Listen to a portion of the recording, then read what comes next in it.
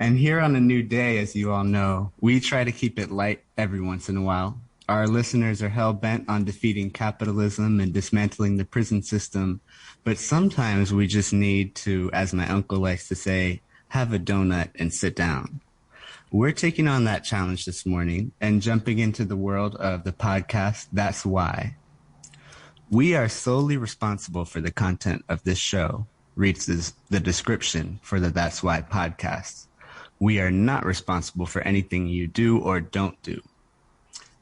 On That's Why, Anna Tran and Patricia Polanco deliver joy and laughter through comedy.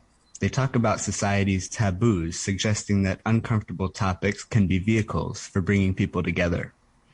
Among other subjects, they've tackled dreams, orgasms, adventurous eating, gender roles, anxiety, and peeing in the shower. You can listen to them on all the listening platforms, including Apple, Spotify, Podbean, and beyond. And this morning, we'll speak to the co-hosts of this podcast. Patricia Polanco is co-host of That's Why. She's Dominican-American, grew up in Washington Heights, and moved to Utah in her 20s. She's an autodidact and a mother of 4. She's committed to giving unfiltered, unprofessional, unqualified advice on That's Why podcast. And Anna Tran is the nerdy co-host of That's Why. She loves research, production, and editing. Anna was born and raised in Utah and is of Vietnamese and Hmong descent. She previously worked on season 1 of a mini docuseries and podcast, Humanity is a Choice, which features nonprofit organizations and how they're changing the world. Patricia, Anna, welcome to A New Day. Hello. Thank you for having us. Yes, same here. I was getting really a little bit intimidated. You were like, who's more serious? I'm like, I'm scared by both of you. No. I'm just kidding. I love it. I love it. Thank you so much for having us. We're so excited. Welcome. We are too. We are. This is an experiment for A New Day. So welcome to our experiment in, identifying the funny bone. So and lightening up. And lightening up. So tell us, how are you guys doing at 4:30 in the morning, for God's sake, in Utah? Well, I got my sexy frog voice. Can you hear it? It's still there. Hi, listeners from New York City. Hi. I'm not a morning person. My optimum peak would be 11 a.m. and then it decreases exponentially after that. So this is really hard for me in the morning. Well, it's not too bad for me. You know that I get up at 4:30 to work out. I know. I can't. Quinquagenarian has to take care of herself. So I get up at, 4:30 and do my 5:15 class. So I'm used to it. So I'm sorry, Anna, but sacrifices must be made. But we love being a part of this show. So thank you guys for inviting us. We appreciate it. Absolutely. 4:30 in the morning, yowza. I find it difficult to get up at 6:30 for this show. Tell us how you came to the podcast. This is the year of the pandemic, or its fallout, now 2021. Talk to us about the process of putting it together and coming to comedy amidst tragedy, insanity, the lockdown. Exactly. Years ago, I wanted to start a podcast that was uplifting, meaningful, had humor, and was also educational. But it wasn't until last year that we finally made it happen. And I only envisioned Patricia to be my co-host because we've known each other for a long time, but we were still learning about each other. And as I stated, as you stated before, I am kind of the nerdy co-host that likes facts and research, but Patricia is witty, funny, and brings the best energy to the show. And with the way the world is, sometimes we need a break from the negativity and have something fun and encouraging to listen to. And we want the audience to know we're not just two women with a podcast. We want to leave the world with something that people can see with a different lens to open up their eyes. We want to bring laughter and information to broaden people's worlds. But when we do the show, it also broadens our world and helps us grow and evolve a little bit more. And that's why we do it. Patricia. Yes. Yo, I was like, oh my gosh, I'm so privileged. Dankeschön, Dankeschön. Yeah, basically we started it, like she said, to kind of bring and broaden, people's horizons, if you will, and a different perspective. You know, I definitely think that the universe brought Anna and I together.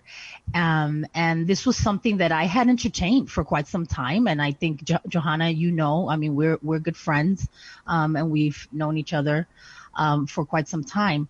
And Anna just came in at the right time and with the right format. That was a big deal because I have been thinking of doing something for myself, but it was going to be on a more serious, you know, that whole namaste kind of energy. And it was going to be a little bit more on a serious note. And then when she presented this to me, it was still something that I'm going to entertain what I want to do in the future still. But the way she brought this to me, it was wonderful. So, but I love humor and I love people, as you know. And I love learning and growing all the time and evolving and changing. I've had 50 years of practice, right, to know how to do that. And I love being able to help people just bring a different perspective. So Anna was able to bring forth this idea that covers all those bases, right? And definitely something that I hold near and dear to my heart. So that's why it felt natural. It felt comfortable. It felt peaceful. And so I don't know. This is something that it's been fun. It's been a lot of fun. And easily I wanted to bring forth an idea that covers all those needs. So I feel like that's why show brings that. And I don't know. We complement each other. I feel like we do. Have you guys listened to the show, by the way? We've listened to parts of it. Ellis did last night. Yes. So how do you bring the giggles? Ellis, you want to come in here? Yes, I was listening last night thinking we should be taking notes because they had this, the last episode, I think it was Sunday maybe, they had like ridiculous news headlines. I was thinking, wow, this is perfect for us. We have I know that we should have gone there. News headlines. Yeah, I'm trying to remember what was a good one. It was like Well, you know what's funny? I have to say this. Yeah. You know, Anna definitely, because we come from such different backgrounds, as you guys shared in the beginning with our bios, we help each other. And Anna's always kind of the mastermind behind it. And when she said the first show is going to be about peeing in the shower, I jumped right in, man. I was like, you know, and when I told my friends that I was doing this and they were like, peeing in the shower, what are you, crazy? What's You're wrong like, with you? Of course. Well, Peeing the in the things you shower. can talk about. That's where Well, you let start. me tell you, it was so fun and interesting, and we learned a lot about water conservation, and we learned about germs and all these things, and we kept it light and funny. So yeah, we talk about all topics as you covered as well, you know, serious things like sex and orgasms. And one of our upcoming shows is about letting go, which is something that I think we can all relate to, right? So we try to keep it light, like you guys said as well, but definitely bring in the humor. Well, let's talk a little bit about peeing in the shower, because part of what you do is that you talk about this human behavior. But you also offer like the stats on peeing in the shower and what you need to know about the science of peeing in the shower. Exactly. So well, let me ask Ellis, do you pee in the shower? Absolutely not. I would never.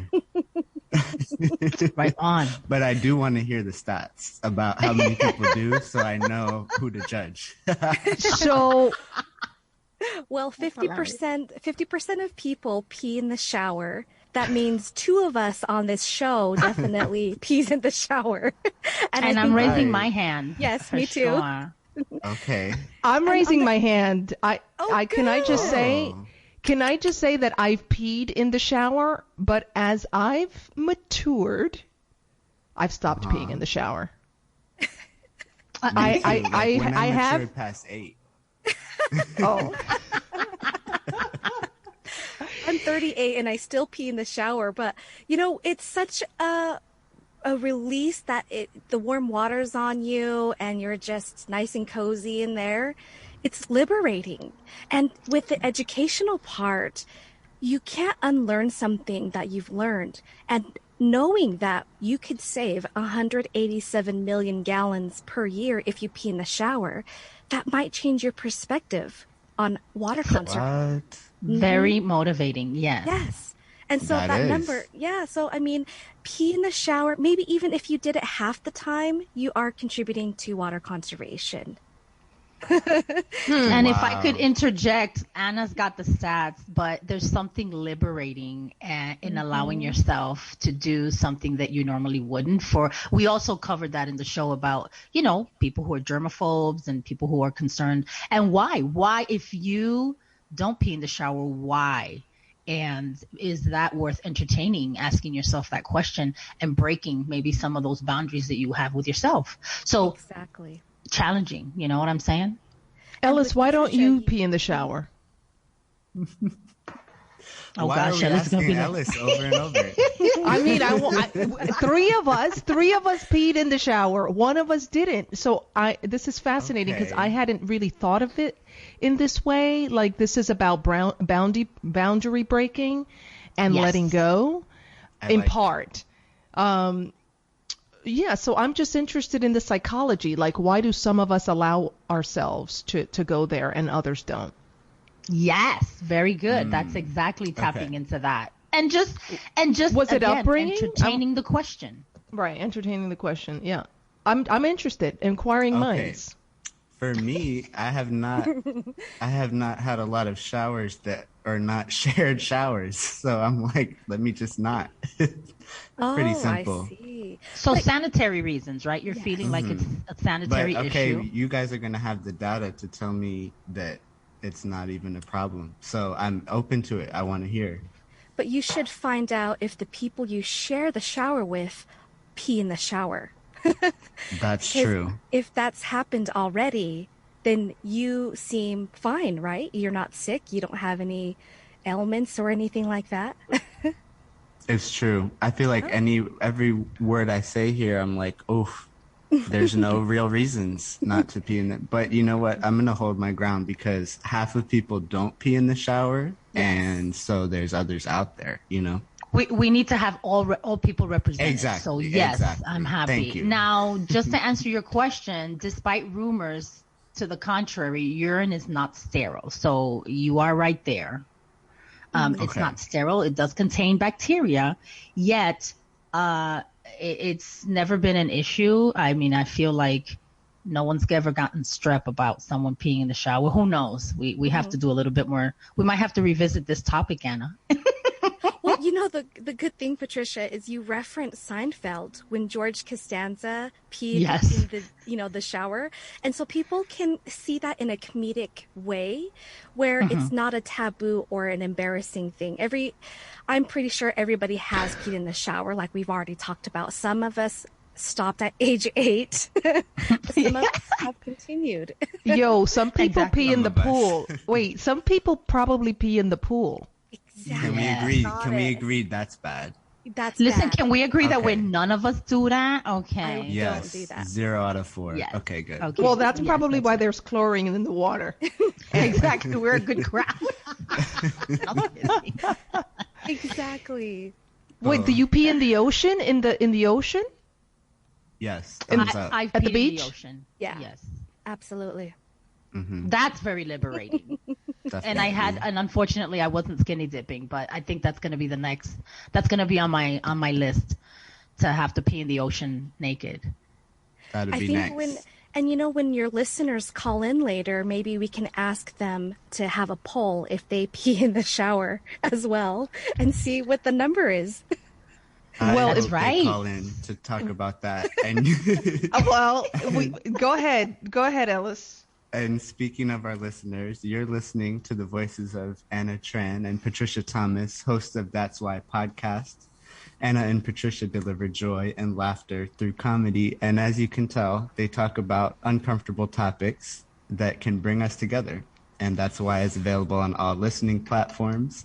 I'm Ellis Maxwell, joining Johanna Fernández as co-host of A New Day. You're listening to WBAI at 99.5 FM in New York, and we'll take calls in a couple minutes. The call-in number is 212-209-2877.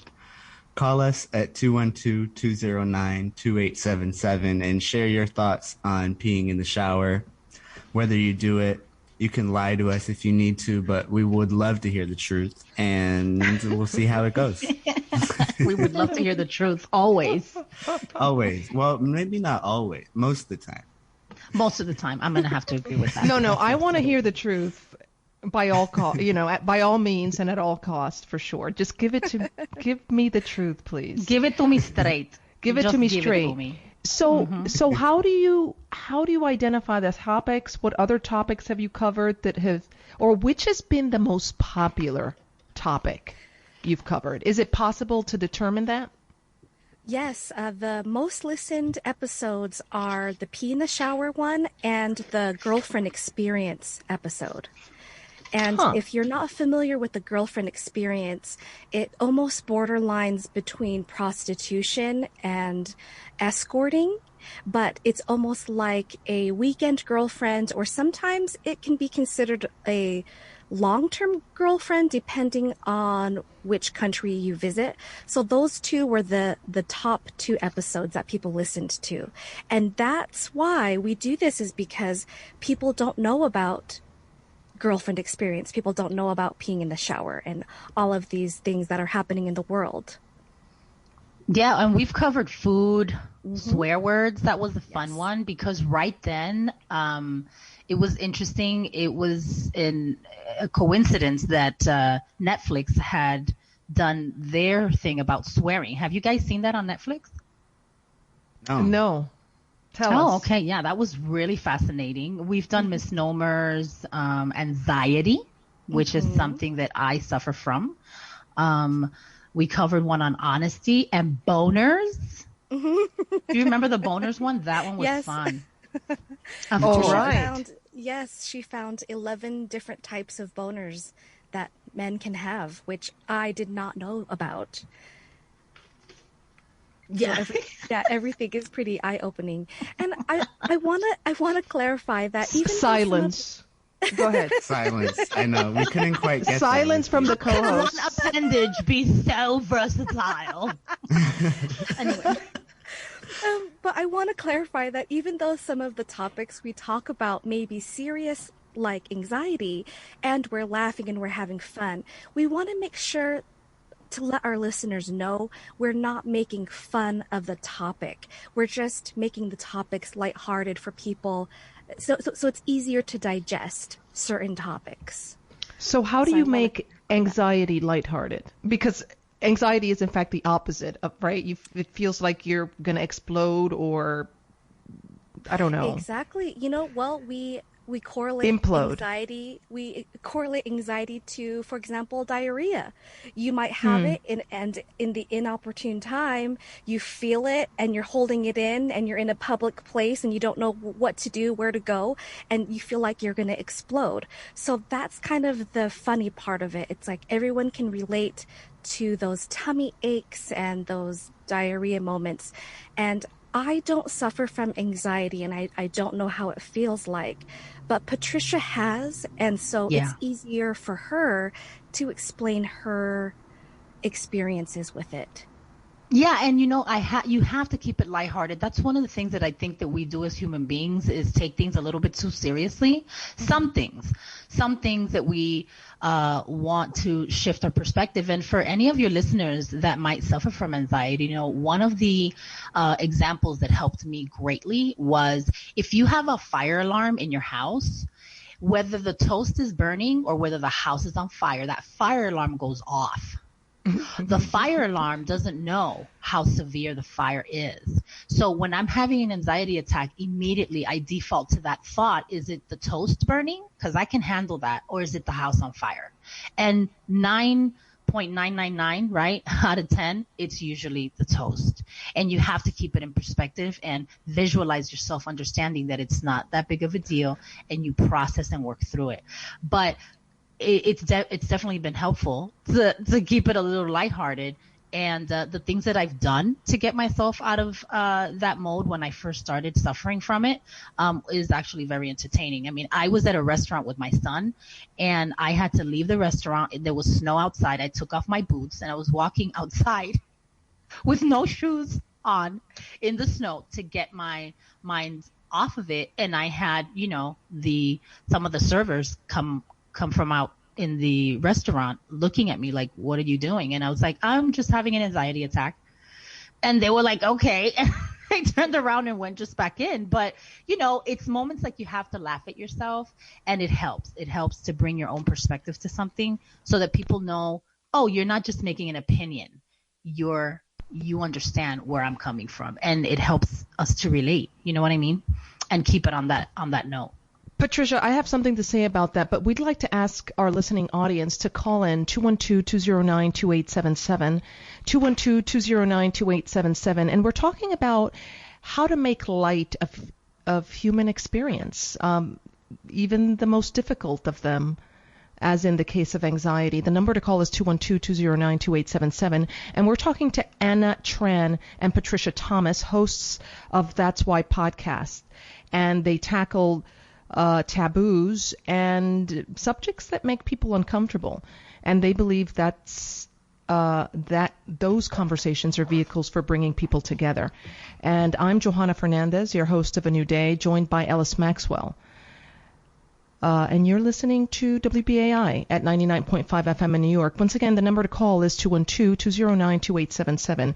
Folks, we know that you like death and destruction, so our listening audience loves death and destruction. If it's death and destruction, they're dialing that phone. But today they're showing us up because we have two calls. We've got two callers. I wanted to say this. I couldn't hear what you were. I didn't listen to everything you said, Patricia, because I was reading the messages we're getting, which is hilarious. We're getting messages. Really? Please share. I will share in a minute. But part of that, part of walking out into the snow barefoot was about getting back to your body. Sensory perception. And triggering that. Absolutely. Right. And actually that's apparently the way that you get a hold of your feelings. You figure out how to be embodied in that moment. And that question you asked is amazing. Wait, is the toaster burning or is the house on fire? That's absolutely brilliant. But it seems like we've got callers. Caller, you're on the line. Tell us your name and where you're calling from. Yes, greetings to the beloved community. This is my act calling from the cave. First of all, it just makes sense that occasionally, and in particular, most of us, most of the time are in the shower by ourselves, the water is stimulating, and if you have to pee, you shouldn't be holding it in. So, of course, you pee in the shower.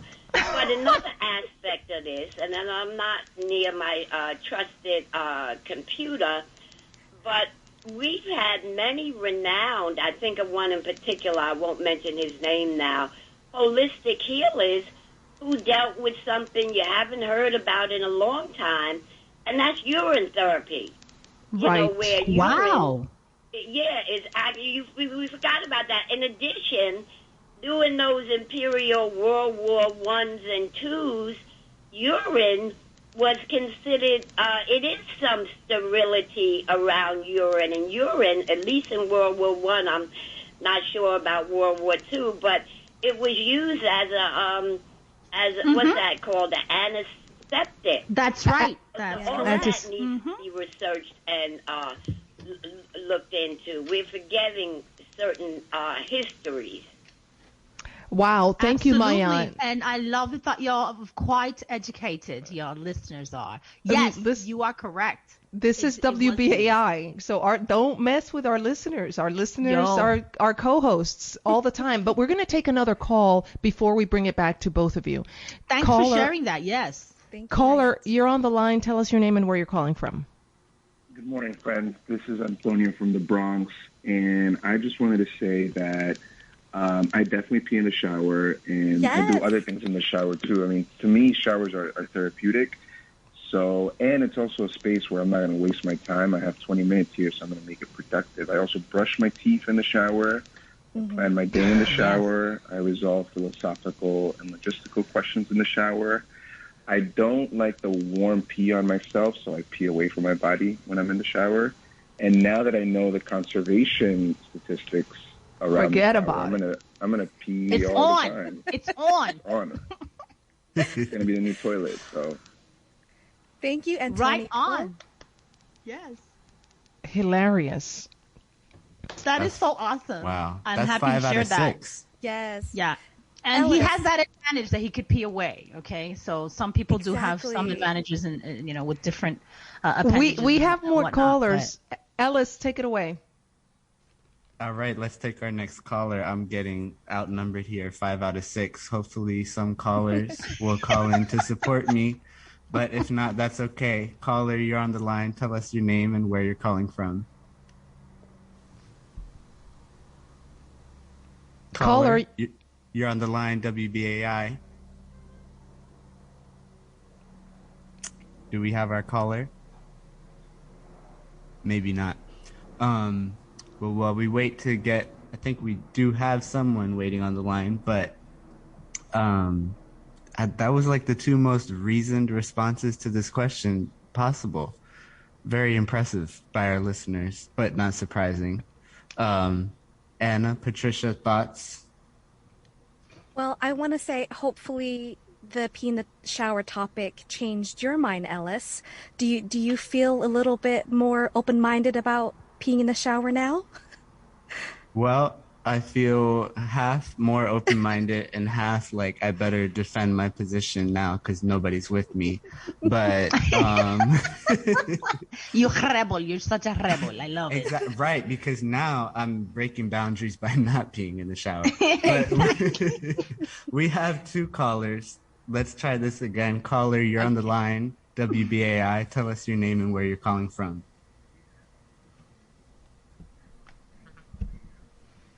Oh, we can't hear you. Maybe you need to turn your radio off.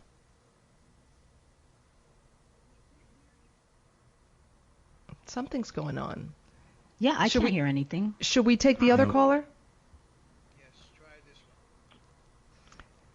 Caller, you're on the line. Tell us your name and where you're calling from. Hi, this is Mariposa. Can you hear me now? We can hear you now. Yes. Welcome. Hey, this is such a great topic. We're glad that you think so. You. I think that, let's go beyond urine to other fluids.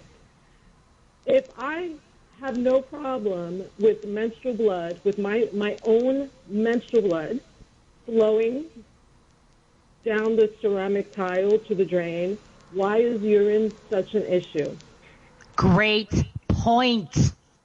Wow. Fair enough. You know what? I use from the my Diva own cup, body. and that's what I do to clean myself every month. So yes. Go ahead, Mariposa. Yeah, own it, Now, another question is, do you pee in other people's showers? Like when you have a sleepover, when you sleep over with friends? This is when we don't have to be fully honest, right? This is the truth is a little much on this one, so keep that in mind. Well, no, I think Mariposa is raising questions of ethics and peeing. on the shower? Mariposa, this is Patricia, and I do. All my friends, they know what I do in the shower. I also brush my teeth like the previous caller, and I multitask as much as I can in the shower. Yes. Not because I don't have time, but because I'm lazy. So I don't want to get out and brush my teeth in the sink and then go on the toilet and pee in the toilet. So I just do everything. And when I go to people's homes, that's my routine. Absolutely. And I don't. If I visited a person's house, I won't pee in their shower. Wait, hold on. Say that again, Mariposa?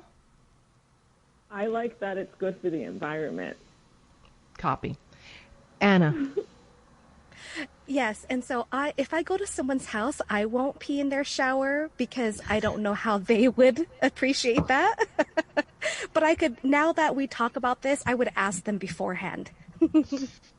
That's so interesting. Now, keep in mind, audience, when you're not just peeing in the shower and you leave a cesspool of pee and you walk out. I mean, usually, let me just jump so that I don't start getting people declining when I want to come visit. You also lather up. You're using soap. There are other things you're doing, and you usually leave the shower in clean condition. So I think just the image of thinking of someone peeing in your shower is like, oh, but then, when you wash off and you think of the process, you don't leave it dirty and you rinse it out. So just to put that out there. You mean we're supposed to have the shower running while you pee? Exactly. Yeah, That you're changes showering. everything. Okay. Oh, see, that's why communication is so key. I was like, I thought I was bringing you just a little closer. I think Folks, we may have one more caller we can take. Is that right, Johanna? Correct. Go for it. Caller, you're on the line. Tell us your name and where you're calling from. Hello? Yes, we hear you. Yes. Oh, welcome. Hi. Marjorie from Hell's Kitchen. I've never questioned. This one I'm finding so interesting.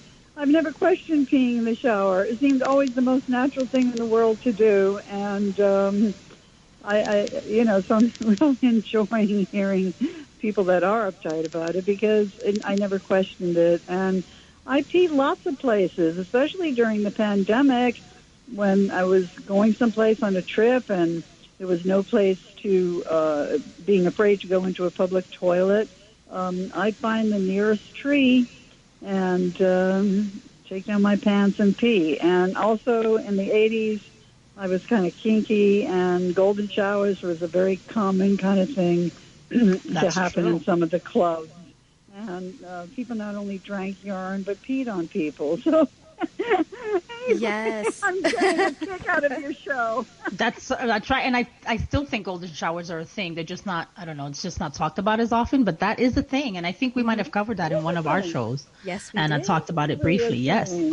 I remember once I had to urinate at the club, and I peed in these 4 little cups, and then all of a sudden they disappeared. Wow. Anyway. Well, thanks for sharing that, for sure. Johanna. I Folks. love to hear your shows, but I also love this too. It's great. Thank you. Wonderful. Thank you so very much. you so much. Folks, I'm afraid to pee on your parade, but it's time to go. It's time to go. Take it away, Ellis. You've been listening to the voices of Anna Tran and Patricia Thomas, hosts of That's Why podcast. Anna and Patricia deliver joy and laughter through comedy. They talk about society's taboos, suggesting that uncomfortable topics can be vehicles for bringing people together. That's Why is available on...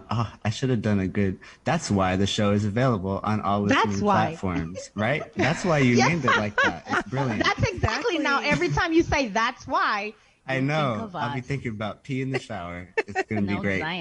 And you've been listening to non-commercial, listener-funded community radio, WBAI at 99.5 FM in New York. It's 7:57 a.m., 63 degrees in Central Park this morning, Friday, May 28th, 2021. We are rebuilding the world together and laughing together and ushering in a new day.